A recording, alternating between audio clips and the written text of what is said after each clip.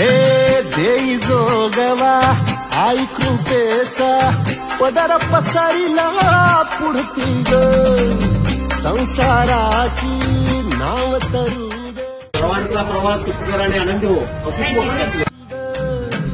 तू रेणुका तू यल्लम्मा दाही दिसला काज महिमा चांगला देवदर्शनाचा कार्यक्रम घेतलाय.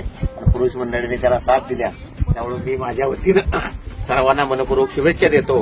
परमेश्वरांनी सगळ्याला सुखरूपपणे परत या ठिकाणी आपापल्या ठिकाणी यावं आणि त्यांच्या आयुष्यामध्ये चांगलं जीवन यावं अशा प्रकारची प्रार्थना करून शुभेच्छा देतो.